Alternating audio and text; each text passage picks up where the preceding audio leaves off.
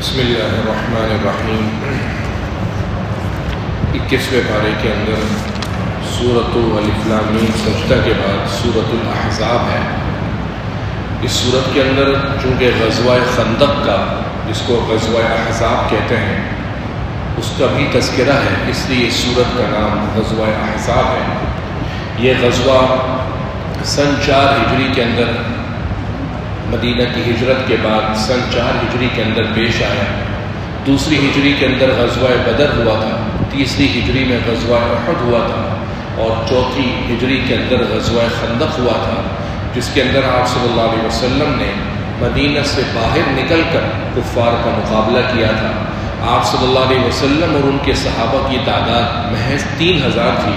جبکہ سامنے کفار کے تعداد 15000 کے قریب تھی۔ اللہ تعالیٰ نے اس کی منظر کشی بھی آیت نمبر 8 کے بعد کری ہے۔ ابتدا کے اندر اللہ کے نبی کو حکم دیا گیا کہ یا ایھا النبی،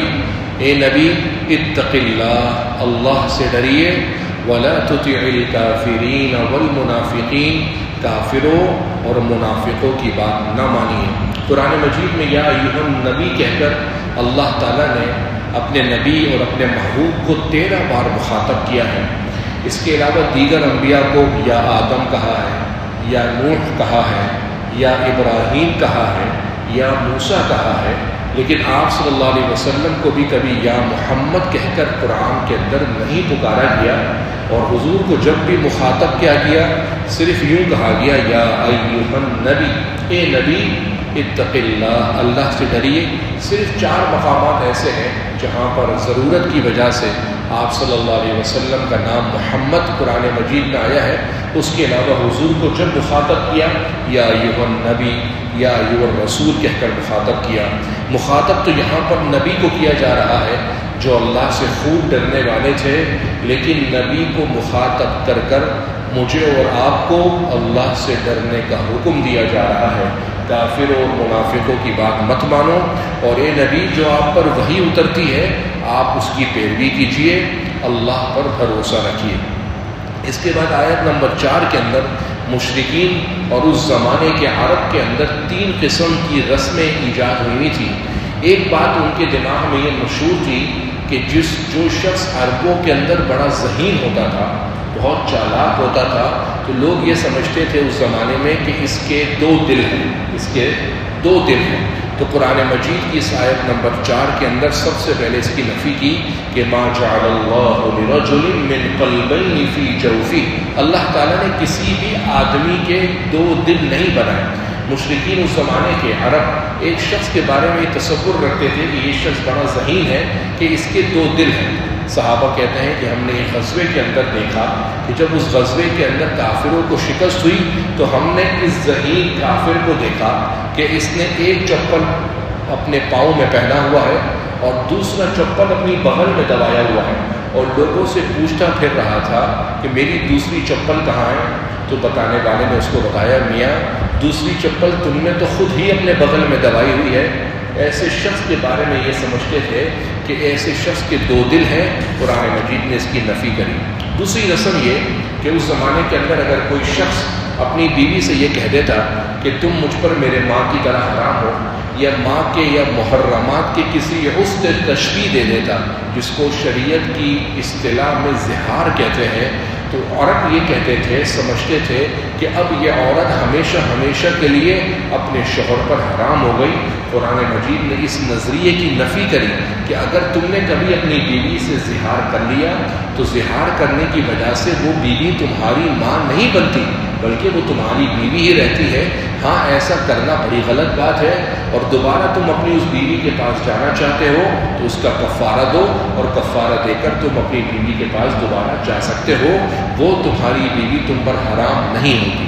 اور تیسری بات جو ان کے درمیان مشہور تھی وہ یہ کہ وہ منہ بولے بیٹے کو حقیقی بیٹا سمجھتے تھے۔ متبنہ یعنی جو لے پالک اور منہ بولا بیٹا ہے، اس کے بارے میں تصور یہ ہوتا تھا کہ یہ حقیقی بیٹا ہے۔ پھر میراث کے اندر اس کو حصہ بھی دیتے تھے،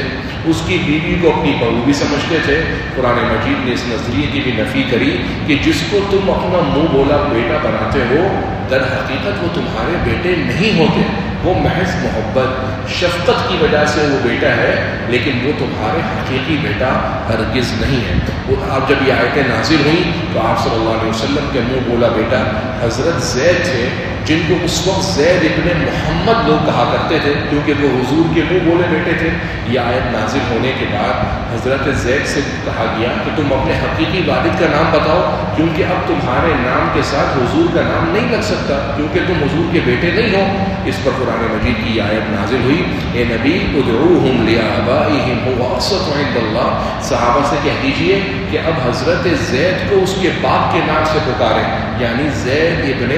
حارثہ، کہ یہی اللہ کے نزدیک زیادہ بہتر ہے۔ اس کے بعد اللہ تعالیٰ نے غزوہ احزاب کا تذکرہ کیا کہ غزوہ خندق کے اندر اللہ تعالیٰ نے تم پر کیسا احسان کیا کہ کفار اتنے زیادہ تعداد میں اور اتنا لشکر، اتنا ساز و سامان لے کر آئے تھے، لیکن اللہ نے ایسی آندھی چلائی، ایسی تیز ہوا چلائی کہ ان کے سارے خیمے الٹ گئے، ان کے کھانے کے برتن اوپر نیچے ہو گئے، ان کے جانور گھوڑے اور گدھے اور اونٹ بدک گئے، جس کا نقصان یہ ہوا کہ کفار کو شکست ہوئی اور اللہ تعالیٰ نے ایمان والوں کو فتح سے نوازا۔ آیت نمبر 21 کے اندر اللہ نے فرمایا لَقَدْ كَانَ لَكُمْ فِي رَسُولِ اللَّهِ أُسْوَةٌ حَسَنَةٌ، اے لوگو تمہارے لیے اللہ کے رسول کی ذات بہترین نمونہ ہے۔ اگر تم کسی کو رول ماڈل بنانا چاہتے ہو، کسی کو اپنا آئیڈیل بنانا چاہتے ہو، کسی کو اپنا اسوہ اور مقتدیٰ بنانا چاہتے ہو، تو اللہ کے رسول اس بات کے زیادہ لائق ہیں کہ تم ان کو اپنا رول ماڈل اور اپنا نمونہ سمجھو۔ اس کے بعد اللہ تعالیٰ نے اس بات کا تذکرہ کیا کہ جب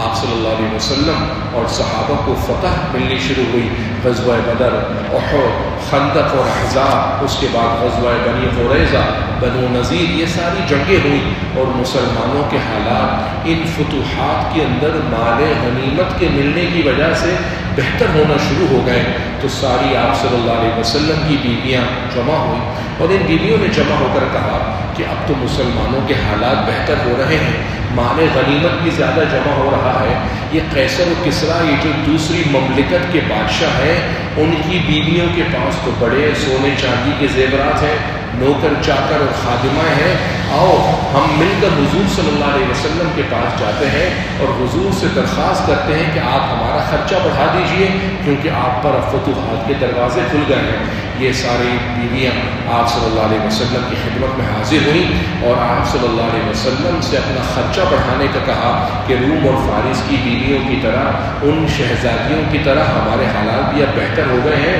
تو ہمارے ساتھ بھی گنجائش کا معاملہ کیا جائے۔ اس پر قرآن مجید کی آیت نمبر 28 نازل ہوئی، یا ایھا النبی، اے نبی، قل لازواجک، اپنی بیویوں سے کہہ دیجئے۔ آپ صلی اللہ علیہ وسلم کو ان کی اس درخواست پر بڑی ناگواری ہوئی اور بعض روایات کے مطابق آپ صلی اللہ علیہ وسلم 1 مہینے کے لیے اپنی ان بیویوں سے کنارہ کش ہو گئے، کیونکہ حضور کو بڑی تکلیف ہوئی اس بات سے کہ یہ کیسے ہو سکتا ہے کہ میرے گھر کی بیویاں روم اور فارس کے بادشاہوں کی مثالیں دینے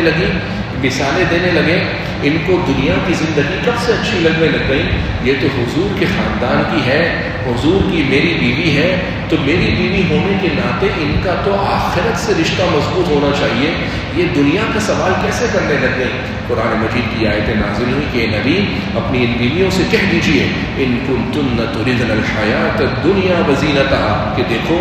اگر تم کو دنیا اور دنیا کی رونقیں چاہیے، فتعالین، آ جاؤ، امتعکن، میں تم کو ساز و سامان دیتا ہوں، واسرحکن سراحا جمیلا، اور تم کو بہت اچھے انداز کے اندر چھوڑ دیتا ہوں، یعنی تم کو طلاق دے دیتا ہوں کہ اگر تم کو دنیا اور اس کی رونق چاہیے، لیکن وَإِن كُنتُنَّ تُرِدْنَ اللَّهَ وَرَسُولَهُ، اگر تمہارا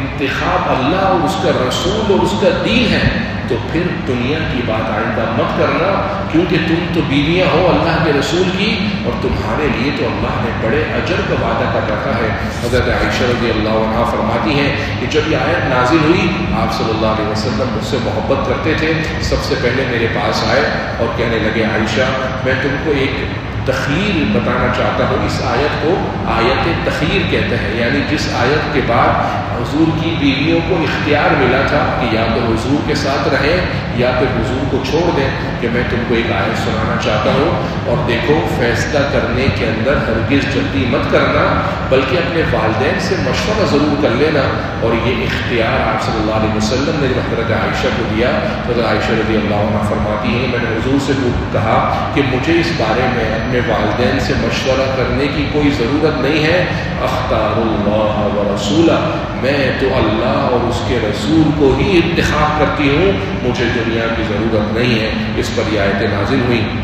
آپ صلی اللہ علیہ وسلم کی بیویوں کو احکامات دین پر چلنے کی ترغیب دی گئی، اور ساتھ ہی آیت نمبر 32 کے اندر بتایا گیا، یا نساء النبی، اے نبی کی بیویوں، لستن کاحد من النساء، تم عام عورتوں کی طرح نہیں ہو. عام عورتیں تو جائز حدود میں رہ کر دنیا کر سکتی ہیں، دنیا کما سکتی ہیں، دنیا کی رونقیں مانگ سکتی ہیں، لیکن نبی کی بیویوں تم عام عورتوں کی طرح نہیں ہو. ان اتقیتن، بشرط یہ کہ تم اللہ سے ڈرو. اور ساتھ ہی 2-3 احکامات بلکہ 5 احکامات اگلی آیتوں کے اندر آپ صلی اللہ علیہ وسلم کی بیویوں کو دیے گئے. حضور کے یہ احکامات حقیقت میں تو حضور کی بیویوں کو دیے گئے، لیکن آنے والی قیامت تک ہر خاتون،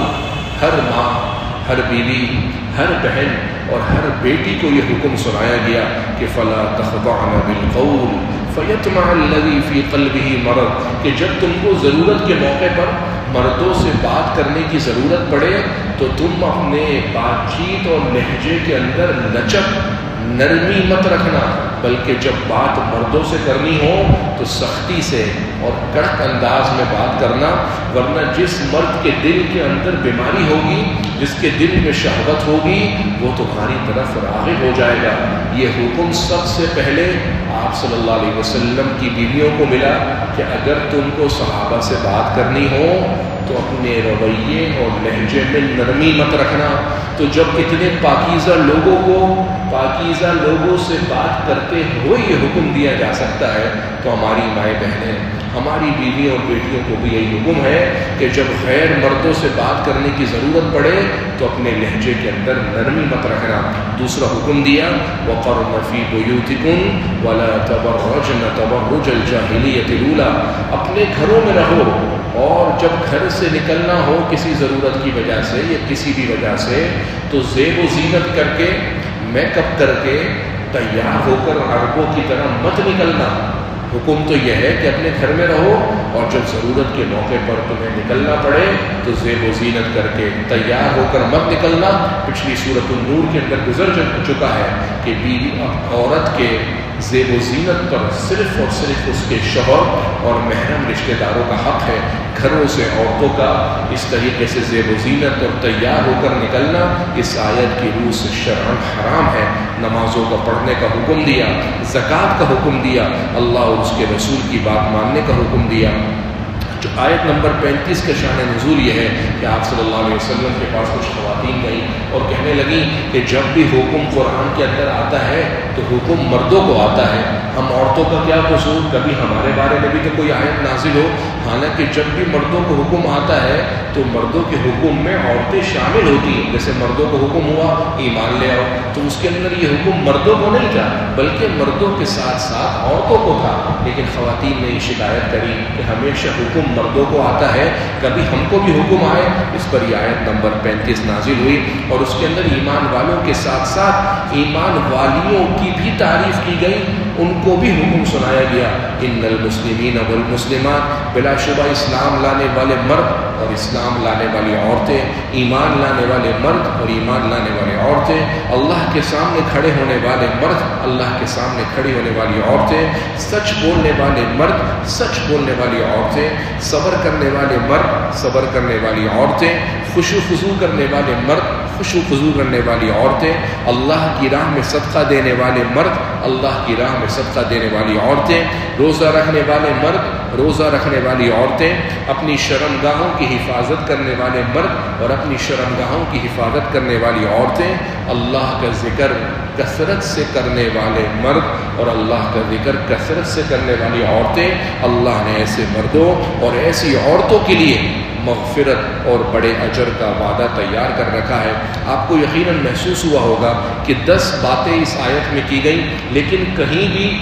کثرت اور زیادہ کا لفظ نہیں آیا، لیکن جب اللہ کے ذکر کی بات آئی تو اللہ نے فرمایا وَالذَّاكِرِينَ اللَّهَ كَثِيرًا، کہ اللہ کا ذکر کثرت سے کرنا، کیونکہ اللہ کا ذکر کرنا دوسری عبادتوں کے مقابلے میں بہت آسان ہے۔ اس کے لیے نہ وضو کرنا ضروری ہے، نہ کھڑا ہونا اور بیٹھنا ضروری ہے، کسی بھی وقت چلتے پھرتے سوچتے انسان اللہ کو یاد کر سکتا ہے، اور یہ اللہ کو یاد کرنا بڑا آسان ہے۔ آپ صلی اللہ علیہ وسلم کے جو منہ بولے بیٹے تھے ان کا نام زید ابن حارثہ تھا۔ آپ صلی اللہ علیہ وسلم کو حکم ہوا کہ زید ابن حارثہ کا نکاح آپ اپنی پھپھی کی بیٹی زینب بنت جحش سے کر دیجئے۔ جو پھپھی کی بیٹی حضرت زینب بنت جحش تک یہ پیغام پہنچا کہ ایک ایسا شخص جو ایک زمانے تک غلام رہا ہے، اس کا نکاح ہمارے گھر کی بیٹی سے آیا ہے، ان کے بھائیوں کو بہت تکلیف ہوئی، برا لگا کہ ہم اپنی بہن اپنی بیٹی غلام کو کیسے دے دیں جو ایک زمانے تک غلام رہا ہے۔ ان کے ذہن میں یہ اندازہ نہیں تھا کہ در حقیقت یہ حکم اللہ کی طرف سے تھا، انہوں نے منع کر دیا۔ اس پر یہ آیت نمبر 36 نازل ہوئی کہ ایمان لانے والے مرد اور ایمان لانے والی عورت کے لیے جائز نہیں ہے کہ اذا قضى اللہ ورسولہ امرا، کہ جب اللہ اور اس کا رسول کوئی فیصلہ کر دے ان یکون لهم الخیار، پھر ان کے پاس کوئی اختیار، کوئی آپشن اور کوئی چوائس بچتی ہی نہیں ہے۔ جب یہ آیت نازل ہوئی تو فوراً حضرت زینب کے خاندان کے لوگ حضرت زید بن حارثہ سے شادی کروانے کے لیے راضی ہو گئے۔ حضور صلی اللہ علیہ وسلم نے ان کا نکاح پڑھایا۔ نکاح پڑھانے کے چند ہی دن کے بعد حضرت زید بن حارثہ کو اپنی بیوی زینب بنت جحش سے بہت شکایت ہونے لگی، کیونکہ وہ مالدار گھرانے کی تھی، زبان کی تیز تھی۔ حضرت زید رضی اللہ عنہ کو یہ بات پسند نہیں تھی، اور اللہ نے بھی آپ صلی اللہ علیہ وسلم کو بذریعہ وحی بتا دیا تھا کہ حضرت زید عن قریب اپنی بیوی زینب کو طلاق دے دیں گے، اور پھر آپ نے حضرت زینب سے نکاح کرنا ہے۔ آپ صلی اللہ علیہ وسلم کو اچانک بڑی تکلیف ہوئی کہ میں عربوں کو کیا منہ دکھاؤں گا، عرب لوگ کہیں گے کہ تو نے اپنے منہ بولے بیٹے کی بیوی یعنی بہو سے نکاح کر لیا۔ تو اللہ کی طرف سے اگلی آیت نازل ہوئی کہ نبی آپ اللہ سے ڈریے، اپنے دل میں اللہ کے سوا کسی کا خوف کیوں لاتے ہیں؟ اللہ زیادہ حقدار ہے کہ آپ اس سے ڈریں۔ جب زید ان کو طلاق دے دیں، وہ اپنے عدت گزار لیں، تو پھر آپ ان سے نکاح کریں، کیونکہ زید آپ کے منہ بولے بیٹے تھے، اور یہ حکم پہلے گزر چکا ہے کہ منہ بولا بیٹا عام بیٹے کی طرح نہیں ہوتا، لہٰذا آپ کے لیے نکاح کرنے کی اجازت ہے۔ اس کے بعد اللہ کے نبی صلی اللہ علیہ وسلم نے حضرت زینب بنت جحش سے نکاح کیا۔ آیت نمبر 40 کے اندر اللہ تعالیٰ نے آپ صلی اللہ علیہ وسلم کے بارے میں فرمایا کہ اللہ کے رسول ہی صرف نہیں بلکہ تمام نبیوں کی مہر ہے۔ جیسے مہر خط کے آخر میں لگتی ہے، ایسے حضور بھی تمام نبیوں کی مہر ہے کہ تمام نبیوں کے گلدستے اور ان کی موتیوں کی آخری لڑی آپ صلی اللہ علیہ وسلم کی ذات اقدس ہے۔ لہذا اگر کوئی شخص آپ صلی اللہ علیہ وسلم کو آخری نبی نہیں مانتا، یا جو لوگ حضور کو آخری نبی نہیں مانتے ان کو مسلمان سمجھتا ہے، اس آیت کی روح سے ایسا شخص شرعاً کافر ہے۔ ہمارے ملک کے اندر قادیانی آپ صلی اللہ علیہ وسلم کو آخری نبی نہیں مانتے، بلکہ اس کے بعد بھی مرزا غلام احمد قادیانی کو اللہ کا نبی مانتے ہیں۔ وہ قادیانی کافر ہے، دائرہ اسلام سے خارج ہے، اور اگر ان قادیانیوں کو کوئی مسلمان سمجھتا ہے تو قرآن مجید کی اس آیت کے انکار کرنے کی وجہ سے ایسا شخص فوراً کافر ہو جاتا ہے۔ آیت نمبر 41 کے اندر اللہ نے حکم دیا کہ ایمان والو اللہ کو کثرت سے یاد کرو، صبح شام اللہ کی خوب تسبیح بیان کیا کرو۔ نبی کو حکم دیا، اے نبی ہم نے آپ کو گواہ، خوشخبری جنت کی دینے والا، دوزخ سے ڈرانے والا بنا کر بھیجا ہے، اللہ کی طرف دعوت دینے والا بنا کر بھیجا ہے۔ آپ روشن چراغ ہیں، ایمان والوں کو خوشخبری دیجئے کہ اگر وہ اللہ اور اس کے رسول کی مانیں گے تو اللہ تعالیٰ نے ان کے لیے بڑے اجر کا وعدہ کر رکھا ہے۔ اس کے بعد اللہ تعالیٰ نے آیت نمبر 53 کے اندر حکم دیا اور حکم دیا صحابہ کو وَإِذَا سَأَلْتُمُوهُنَّ مَتَاعًا کہ صحابہ کی جماعت جب تمہیں حضور کی بیویوں سے کوئی بات کرنی ہو، کوئی ساز و سامان لینا ہو، کہ جب ساتھ رہتے ہیں قریب میں ہوتے ہیں تو گھر کے دروازے پر سامان لینا ہوتا ہے، تو ہمیشہ فَاسْأَلُوهُنَّ مِنْ وَرَاءِ حِجَابٍ پردے کے پیچھے سے مانگا کرو، اور ساتھ ہی وجہ یہ بتائی ذَلِكُمْ مَطْهَرُ لِقُلُوبِكُمْ اے صحابہ یہ تمہارے دلوں کی بھی پاکیزگی کا ذریعہ ہے، وَقُلُوبِهِنْ اور ازواج المومنین امہات المومنین کے دلوں کی بھی پاکیزگی کا ذریعہ ہے۔ کیا کہ جب ساز و سامان لینا ہو تو پردے کی آڑ میں ہو، سامنے مردوں کے سامنے کھلے عام جانے کی اجازت نہیں ہے، اور ساتھ ہی وجہ بھی بتائی کہ اس سے دلوں کی پاکیزگی حاصل ہوتی ہے۔ یاد رہے کہ جب یہ آیت اتری، اس آیت کے پہلے مخاطب صحابہ تھے، اور اس آیت کی پہلی مخاطب صحابیات تھیں، اور ان کی دلوں کی پاکی اسی عمل کے اندر بتائی گئی۔ جب پردے کا حکم نازل ہوا تو اس امت کے مقدس ترین لوگوں نے اس امت کی مقدس ترین خواتین سے پردہ کیا، تو پھر ہمارے لیے اب اس فتنے کے دور کے اندر کوئی گنجائش نہیں ہے کہ ہم یہ سمجھیں نہیں ہمارا دل تو صاف ہے، ہماری نیت تو صاف ہے۔ ہرگز نہیں، جب صحابہ کو حکم ہے، صحابیات کو حکم ہے، تو یہی حکم ہمارے لیے بھی ہے۔ آیت نمبر 56 کے اندر اللہ نے فرمایا اللہ اور اس کے فرشتے نبی پر رحمتیں بھیجتے ہیں، یا ایھا الذین آمنوا اے ایمان والو صلوا علیہ وسلموا تسلیما تم بھی اللہ کے رسول پر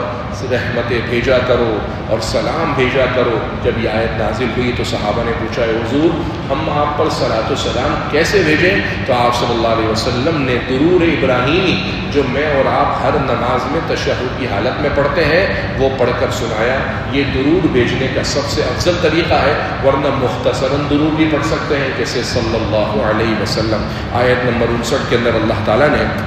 نبی کو حکم دیا کہ اے نبی، دوبارہ پردے کے احکامات ہیں کہ اے نبی قل لازواجک اپنی بیویوں سے کہہ دیجئے، وبناتک اپنی بیٹیوں سے کہہ دیجئے، ونساء المؤمنین اور ایمان والی عورتوں سے کہہ دیجئے، یدنین علیہن من جلابیبہن کہ جب گھروں سے نکلیں تو اپنے اوپر لمبی چادر ڈال کر نکلیں، ذالک ادنی یعرفن یہ اس لیے تاکہ پہچان لی جائے کہ یہ عورت اوباش نہیں، یہ عورت ایسی ویسی نہیں، فلا یوزین تو فٹ پاتیا اوباش قسم کا طبقہ ایسی خواتین کو پھر تنگ نہیں کرے گا۔ لہٰذا یہ نبی اپنی بیٹیوں، اپنی بیویوں اور مسلمان عورتوں سے برقع پہن کر لمبی چادر پہن کر ان کو گھروں سے نکلنے کا حکم دیجیے۔ ہماری وہ خواتین جو پردہ نہیں کرتی، بزرگوں سے سنا وہ کہتے تھے کہ دیکھیں حکم 3 لوگوں کو ہے، حضور کی بیویوں کو اب وہ نہیں ہے، حضور کی بیٹیوں کو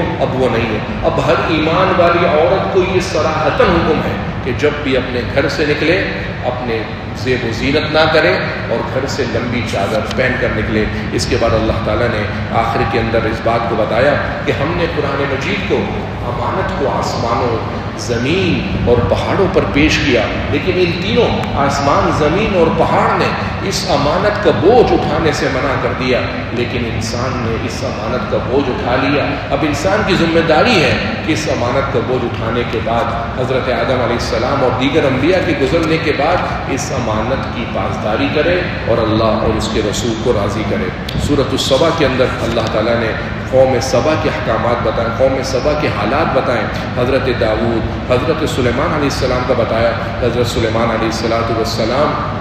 ہواؤں پر تخت پر بیٹھ کر ہواؤں پر 1 مہینے کی مسافت طے کر لیا کرتے تھے، اور اللہ نے ان کو ایسے ایسے معجزات سے نوازا تھا کہ اللہ نے ان کے لیے لوہا نرم کر دیا تھا کہ بڑی بڑی لوہے کی کڑیاں وہ اپنے ہاتھ سے اس زمانے کے لوگ سیدھی کر دیا کرتے تھے۔ یہ اللہ کی طرف سے معجزہ تھا۔ جنات، سرکش جنات کو اپنے ساتھ بیت المقدس کی تعمیر میں لگایا ہوا تھا، وہ بڑے بڑے محراب بناتے تھے، بڑے بڑے دیگے بناتے تھے، اور یہ سب اس لیے تاکہ داؤد اور سلیمان تم اللہ کا شکر ادا کرو۔ حضرت سلیمان علیہ السلام کی موت کا واقعہ بتایا کہ حضرت سلیمان علیہ السلام پر موت ایسے طاری ہوئی کہ وہ بیت المقدس کے اندر جنات کو حکم دے کر آئے کہ تمہیں اتنے حصے کی تعمیر کرنی ہے، اور یہ کہہ کر محراب میں گئے۔ محراب شیشے کا تھا، اس میں کھڑے ہو کر اللہ کی عبادت کرنے لگے۔ اللہ کی عبادت کرتے کرتے اسی دوران ان کی موت آ گئی، اور وہ اپنے عصا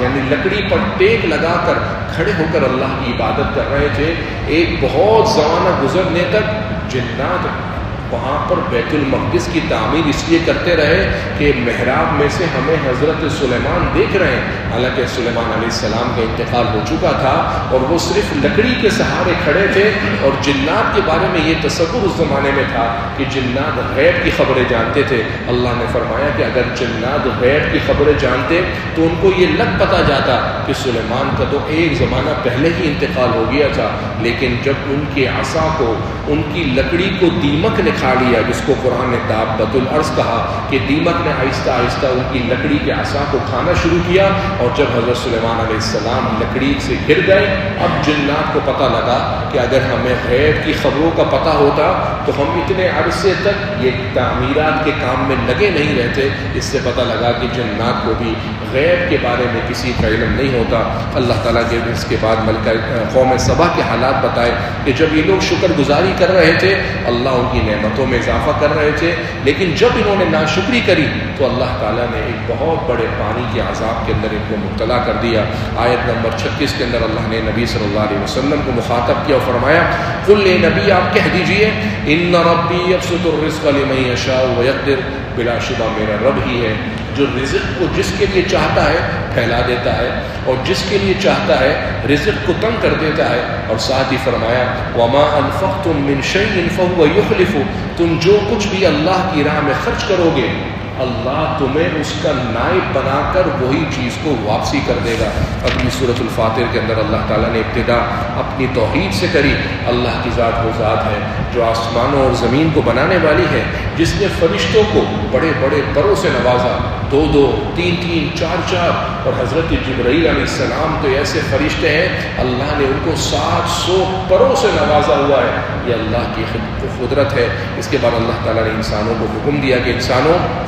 اذکروا نعمت اللہ علیکم، اللہ کے احسانات کو اپنے اوپر یاد کرو اور سوچو، هل من خالق غیر اللہ، کہ اللہ کے سوا کوئی ہے تمہارا خالق، یرزقکم من السماء والارض، جو تم کو آسمانوں اور زمین کی نعمتوں سے نوازے۔ یا ایھا الناس، لیکن لوگوں یاد رکھو، ان وعد اللہ حق، اللہ کا وعدہ موت اور قیامت کی صورت میں برحق ہے، لہذا لا تغرنکم الحیات الدنیا، تم کو دنیا کی زندگی ہرگز دھوکے میں نہ ڈالے۔ آیت نمبر 15 میں اللہ نے انسانوں کو مخاطب کر کے فرمایا، یا ایھا الناس، لوگو،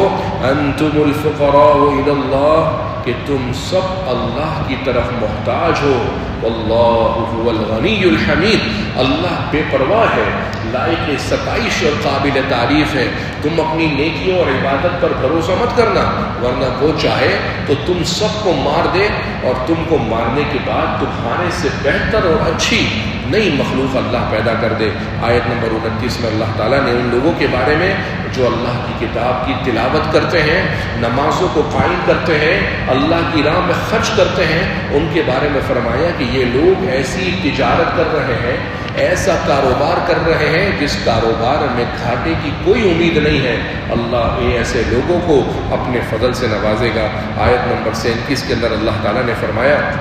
قیامت کے دن جب جہنمیوں کو جہنم کے اندر ڈال دیا جائے گا تو اللہ تعالیٰ سے وہ کہیں گے، ربنا، اے ہمارے رب، اخرجنا، ہمیں جہنم سے نکال دے، نعمل صالحا غیر الذی کنا نعمل، ہم نیکی کے عمل کریں گے اور ہم وہ عمل نہیں کریں گے جو ہم دنیا میں کیا کرتے تھے۔ تو اللہ تعالیٰ جواب میں ان سے کہیں گے، اولم نعمرکم ما یتذکر فیہ من تذکر، کہ کیا ہم نے تم کو اتنی عمر نہیں دی تھی کہ تم نصیحت حاصل کر لیتے؟ وجاءکم النذیر، اور تمہارے پاس تو ڈرانے والا بھی آیا تھا۔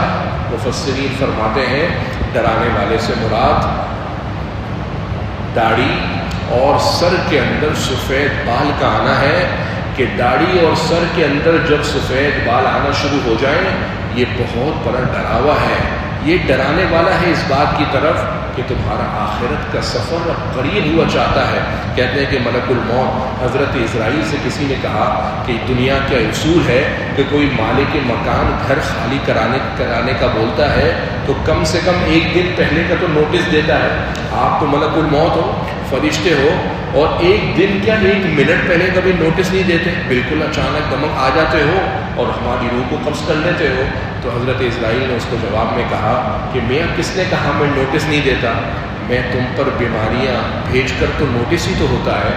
تمہاری داڑھی اور سر میں سفید بال کا آنا یہ نوٹس ہی تو ہوتا ہے. تمہارے بڑوں کا تمہارے سامنے اس دنیا سے رخصت ہو جانا یہ نوٹس ہی تو ہوتا ہے. تو اللہ فرمائیں گے تمہارے پاس ڈرانے والا آیا تھا. بعض مفسرین نے فرمایا ڈرانے والے سے مراد پے در پہ بیماریوں کا آنا ہے کہ جب تمہاری بیماری ایک ختم ہو اور دوسری شروع ہو جائے. تمہاری بیماری ٹھہرنے کا نام نہ لے، ایک بیماری ختم تو دوسری بیماری سر پر کھڑی ہو. یہ ڈراوا ہے، یہ ڈرانے والی ہے، اس بات کی نشانی ہے کہ ان قریب تمہارا سفر آخرت قریب ہے. اور بعض مفسرین نے فرمایا کہ ڈرانے والے سے مراد تمہارا دادا بننا ہے، یعنی تمہارے گھر میں پوتے یا نواسے کا آنا ہے. جب ایک نسل ختم ہو کر